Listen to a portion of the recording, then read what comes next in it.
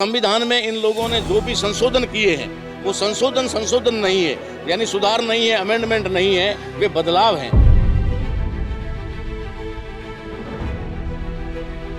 आज जो उपभोक्ता है वो सोच रहा है कि किसान का नुकसान है, हमारा इसमें क्या गया, हमारा तो कुछ नहीं गया। लेकिन उसको ये नहीं पता है कि तेरे को 20 रुपये 22 रुपये किलो वाला चावल गेहूं जो है 100 रुपये में खरीद कर खाना पड़ेगा। उधर तेरी आय कम हो रही है, आय के तेरे जरिए खत्म हो रहे हैं, बेरोजगारी बढ़ रही है। और ऐसी स्थिति में अगर तुम्हारे आय कम होगी और महंगाई इतनी हो जाएगी कि 10 किलो चावल की जगह पर आपको 1 किलो खरीदना होगा, मजबूरी हो जाएगी, तो क्या अपने बच्चों को खिलाओगे?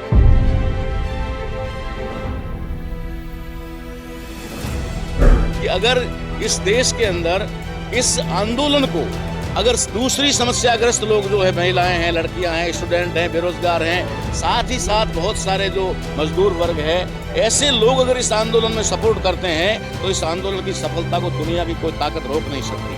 और जो लोग आज काले कानून पास करके इनको घबराने डराने की कोशिश कर रहे हैं, वे लोग, उनको भागने की जगह भी नहीं मिलेगी। मैं आपको ऐलान करता हूँ, भागने की भी जगह नहीं मिलेगी।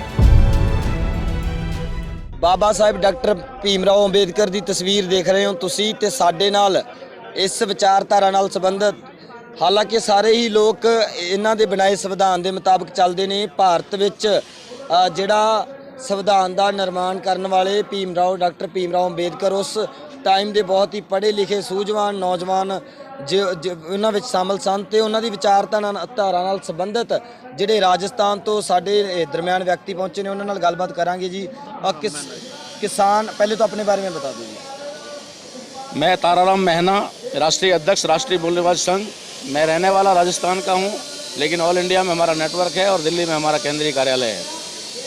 जिस तरीके से हम लोग आज यहाँ आए हैं और किसान आंदोलन जो पूरा चरम पर है, इसको लेकर के हम लोग ये संदेश यहाँ देने आए थे, लेकिन समय का काफ़ी अभाव था और काफ़ी कुछ वक्ताओं की संख्या ज़्यादा होने की वजह से जितनी भी बात हम कह पाए, हमने इनको समर्थन किया है। और समर्थन के साथ साथ हमने इस आंदोलन को राष्ट्रव्यापी आंदोलन बनाने का फैसला किया है, ऐलान कर दिया है। आप हमारे ज़रिए जो अपनी बात किसानों तक रखनी है तो रख सकते हैं। कोई धन्यवाद आपका, बहुत बहुत धन्यवाद। हम ये बात रखना चाहते हैं कि जो किसान आज यहाँ पर अपने अधिकारों की लड़ाई लड़ रहे हैं, जो अधिकार उनसे छीनने का एक बिल पास किया गया है, उन्हें अधिकारों से वंचित करने का जो प्लान किया गया है, उसको लेकर के आज किसान आंदोलित हैं। लेकिन सबसे पहले हमें ये जानना होगा कि क्या इस देश के अंदर मात्र किसानों को ही अधिकारों से वंचित किया गया है या और भी कोई वर्ग है जिससे वंचित किया गया है। जैसे इसी लॉकडाउन के दौरान जब ये 3 किसान विरोधी बिल पास हुए हैं, उनके साथ साथ मजदूरों के विरोध में भी एक बिल पास हुआ है, जिसके अंदर उनकी जो वर्क टाइम है वो 8 घंटे से 12 घंटे कर दिया गया है। ये उनके शोषण का भी एक बिल है जो काला कानून है। इसी साथ साथ में उन्होंने लड़कियों की उम्र जो 18 साल शादी की थी उससे घटा करके 15 साल कर दी है। इसी तरीके के पता नहीं कितने काले कानून उन्होंने अभी बनाए हैं।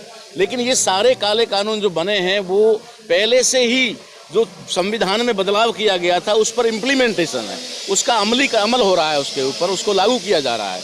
वरना जैसे किसान आंदोलन की बात करें तो किसान आंदोलन जो हो रहा है वो आज ज़मीन उनकी जब हड़प ली जा रही है तब हो रहा है।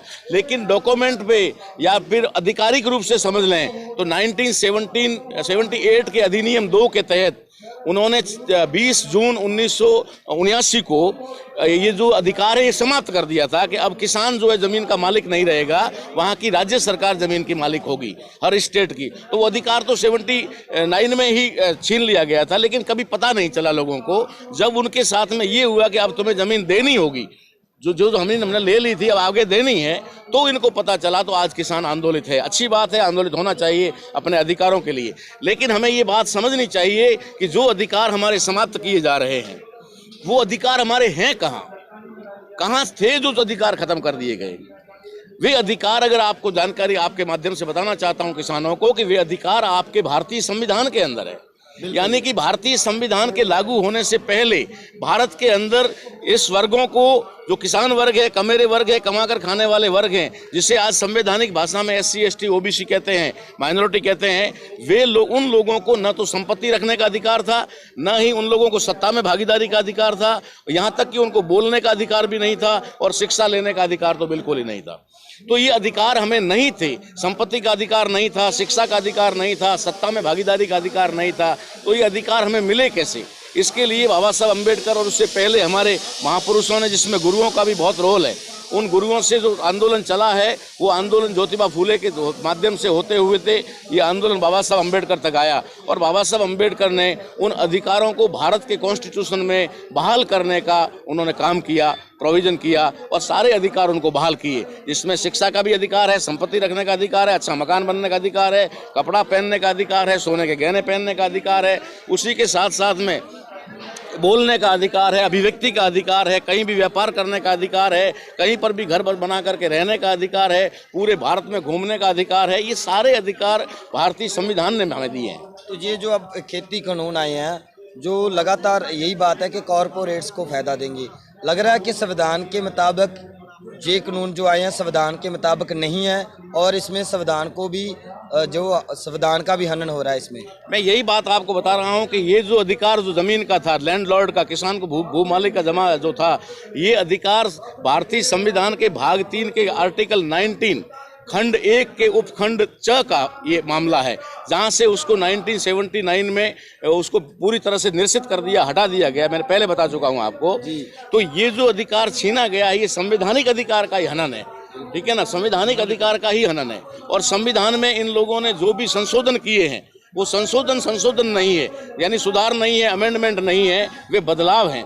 उन्होंने जो अधिकार हजारों साल बाद जो किसानों को अधिकार मिले, कमेरे वर्ग को अधिकार मिले, SC ST के लोगों को जो अधिकार मिले, वे अधिकार उनको पसंद नहीं है, इसलिए उन्होंने उसी समय से उन अधिकारों को खत्म करने का काम शुरू किया। जी, तो अब कैसा लग रहा है, जैसे इन कृषि कानूनों के लिए लोग सड़कों पे बैठे हैं जी, ठीक है, धरना जिहड़ा लंबा महीने तो वक्त हो गया, सरकार हजे भी गल सुनने तैयार नहीं, सरकार को कैसे देख रहे हो? देखो, जिस तरीके से हम लोग इस आंदोलन में आए हैं और इसे राष्ट्रव्यापी आंदोलन बनाने का हमने फैसला किया, उसके पीछे एक वजह है। वजह यह है कि भारत देश के अंदर बहुत सारे आंदोलन पहले हुए, चाहे कभी आरक्षण को लेकर हुए, चाहे निजीकरण को लेकर के हुए, चाहे अधिकारों को, महिलाओं को लेकर हुए, बेरोजगारी को लेकर हुए, चाहे JNU में हुए, चाहे और भी कई जगह आंदोलन हुए। आंदोलन आए दिन हो रहे हैं, जैसे शाहीन बाग जैसा भी आंदोलन हुआ। लेकिन ये जो आंदोलन है इसकी खासियत ये है कि इस आंदोलन के अंदर पूरे देश का 70% भाग जो है किसान, वो उतरा हुआ है। दूसरा, इस देश के अंदर हरियाणा, पंजाब जैसे स्टेट हैं जहाँ के किसान पूरी तरह से साधन संपन्न हैं।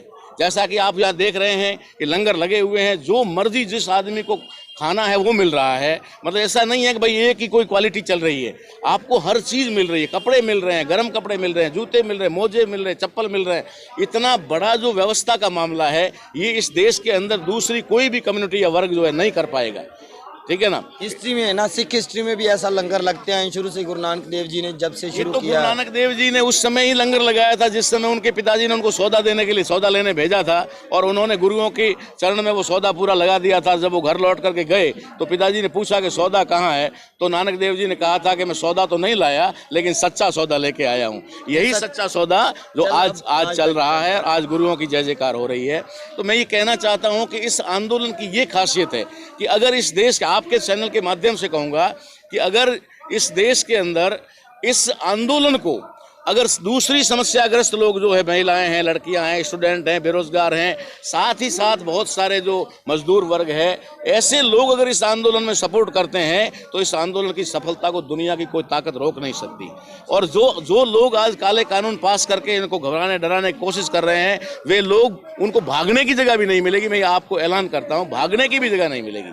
और ऐसा हम लोग कर रहे हैं, हम हर तबके को इसके साथ जोड़ रहे हैं। जैसे कि मैं आपको बताना चाहूँ कि अगर किसान का नुकसान होता है, अगर ये बिल लागू होता है तो किसान की जो फसल है वो उनकी मर्जी से जाएगी, यानी 8 रुपये 10 रुपये किलो गेहूं चावल जाएगा।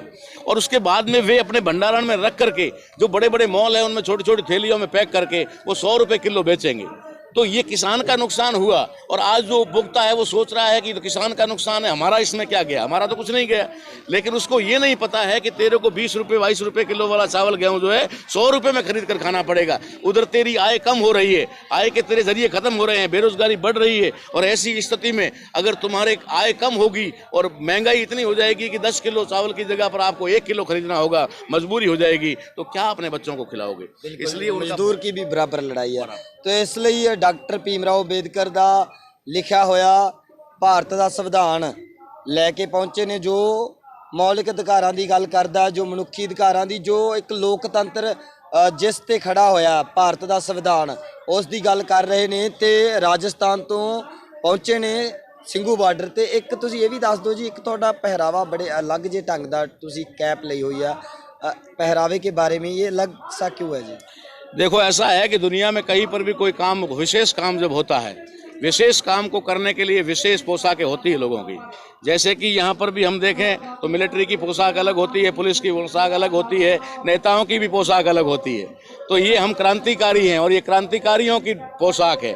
इसके लिए कोई ऐसा नहीं है कि भाई हम लोगों ने अपना कोई ड्रेस, हमारे लिए ये क्रांतिकारी वाली पोशाक है और इस पोशाक ही हमारा ड्रेस कोड है और इसको लेकर के ही हम राष्ट्रीय मूल निवासी संघ के माध्यम से जो देश में क्रांति लाना चाहते हैं वो कर रहे हैं जी। तो आखिर में सरकार को क्या अपील करना चाहोगे, क्या संदेश देना चाहोगे? मैं सरकार को किसी भी प्रकार की कोई अपील नहीं करना चाहता हूं, क्योंकि अपील तो वो लोग करते हैं जो कमजोर होते हैं।